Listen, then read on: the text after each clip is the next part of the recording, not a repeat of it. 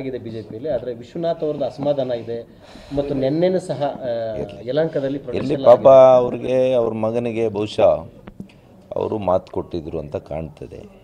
ತಮಗೆ ಗೊತ್ತಿದೆಯಲ್ಲ ಪಿತೃ, ಹೇಳ್ಬಿಡಿ ಸರ್, ಆಮೇಲೆ ನಿಮ್ಮನ್ನು ಮಾತಾಡ್ಸೋಣ. ಹಾಗಾಗಿ ಅವ್ರಿಗೆ ಸ್ವಾಭಾವಿಕವಾಗಿ ಎಲ್ಲೋ ಒಂದು ಕಡೆ ಮಗನಿಗೆ ಬೇಜಾರಾಗಿರ್ತದೆ. ಹಾಗಾಗಿ ಅದು ಮಾಡಿದ್ದಾರೆ. 1 or 2 ಡೇಸಲ್ಲಿ ಎಲ್ಲ ಸರಿ ಹೋಗುತ್ತೆ. ನಾವೆಲ್ಲ ಒಂದೇ ಕುಟುಂಬದ ಸದಸ್ಯರು. ಒಂದ್ಸಲ ಯಾಕೆ ಡೈರೆಕ್ಟಾಗಿ ಭೇಟಿ ಆಗ್ಬಿಟ್ಟು ಮಾತಾಡ್ಬಿಟ್ರೆ ಎಲ್ಲ ಮಾತಾಡಿದ್ದೇವೆ.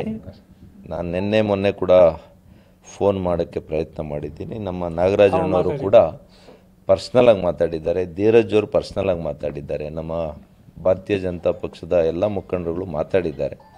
1-2 ದಿವಸದಲ್ಲಿ ಎಲ್ಲ ಸರಿ ಹೋಗುತ್ತೆ. ಆಗಿದೆ ಬಿಜೆಪಿಯಲ್ಲಿ. ಆದರೆ ವಿಶ್ವನಾಥ್ ಅವರದ್ದು ಅಸಮಾಧಾನ ಇದೆ ಮತ್ತು ನಿನ್ನೆನೂ ಸಹ ಯಲಹಂಕದಲ್ಲಿ ಇಲ್ಲಿ ಪಾಪ ಅವ್ರಿಗೆ ಅವ್ರ ಮಗನಿಗೆ ಬಹುಶಃ ಅವರು ಮಾತು ಕೊಟ್ಟಿದ್ರು ಅಂತ ಕಾಣ್ತದೆ. ತಮಗೆ ಗೊತ್ತಿದೆಯಲ್ಲ ಪಿತೃ, ಹೇಳ್ಬಿಡಿ ಸರ್, ಆಮೇಲೆ ನಿಮ್ಮನ್ನು ಮಾತಾಡ್ಸೋಣ. ಹಾಗಾಗಿ ಅವ್ರಿಗೆ ಸ್ವಾಭಾವಿಕವಾಗಿ ಎಲ್ಲೋ ಒಂದು ಕಡೆ ಮಗನಿಗೆ ಬೇಜಾರಾಗಿರ್ತದೆ. ಹಾಗಾಗಿ ಅದು ಮಾಡಿದ್ದಾರೆ. 1 or 2 ಡೇಸಲ್ಲಿ ಎಲ್ಲ ಸರಿ ಹೋಗುತ್ತೆ. ನಾವೆಲ್ಲ ಒಂದೇ ಕುಟುಂಬದ ಸದಸ್ಯರು. ಒಂದ್ಸಲ ಯಾಕೆ ಡೈರೆಕ್ಟಾಗಿ ಭೇಟಿ ಆಗ್ಬಿಟ್ಟು ಮಾತಾಡ್ಬಿಟ್ರೆ ಎಲ್ಲ ಮಾತಾಡಿದ್ದೇವೆ.